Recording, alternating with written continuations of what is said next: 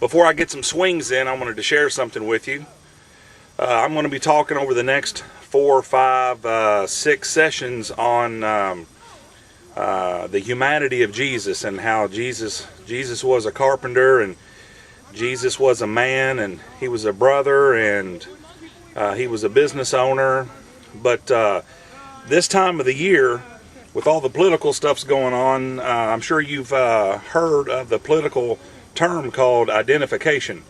And that's when a candidate goes to a factory, puts on a factory hat, and goes out and talks to the workers. Even though he's never been a factory worker in his life, he tries to show them that he's understands them and he knows what they're going through, and then jumps back in his limo, goes out to a farm. He's never had dirt on his boots in his whole life, but he gets out and talks to farmers and tries to identify with them. And then he goes and talks with international businessmen and does the same thing. Y'all understand what I'm talking about. It's identification. But what I want you to know is that Jesus didn't settle for the illusion of identification. Jesus didn't come from heaven, fly down to Jerusalem for a 15-minute photo op with the Jerusalem Gazette, and then go back to heaven. He actually came to the earth. He was born of a virgin. He was a kid, then a young adult, then a man, and he actually lived on this earth just like me and you. Now, why did he do that? He didn't need to do it for him. He did it for us.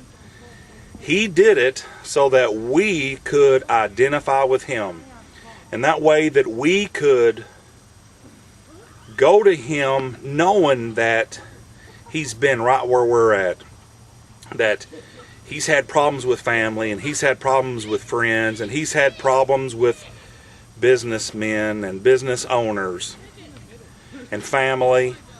He did all of that for our benefit so that we would know that we have a Savior who's been exactly where we are. Isn't that awesome?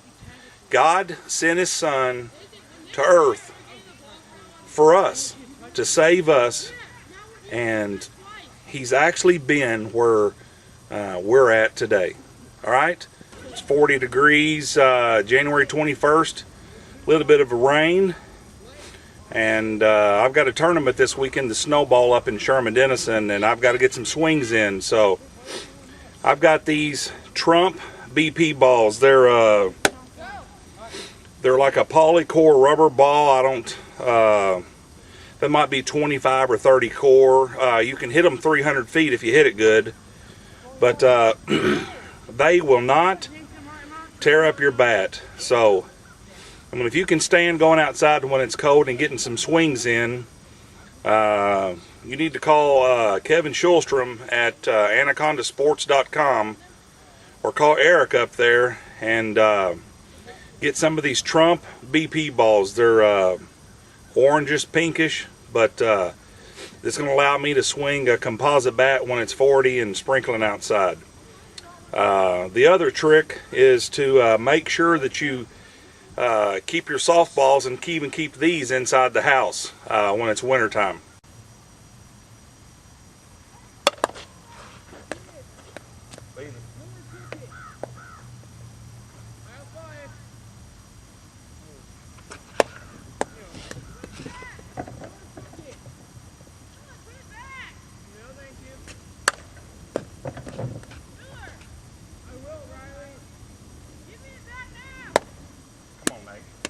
Can't risk it.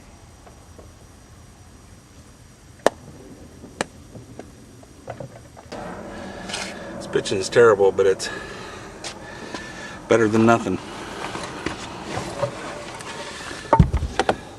Hey, I take that back about having somebody pitch to you. My son pitching was so bad that I'm going to finish up hitting off my tee. If whoever is pitching to you is so bad that they can't even get it nowhere near the plate, and you're swinging inside out and you're swinging outside, you know, and changing your swing so much just to be able to hit a ball, it's not any good for you. It's detrimental to your swing. So I'm going to come back and finish hitting these balls off my tee and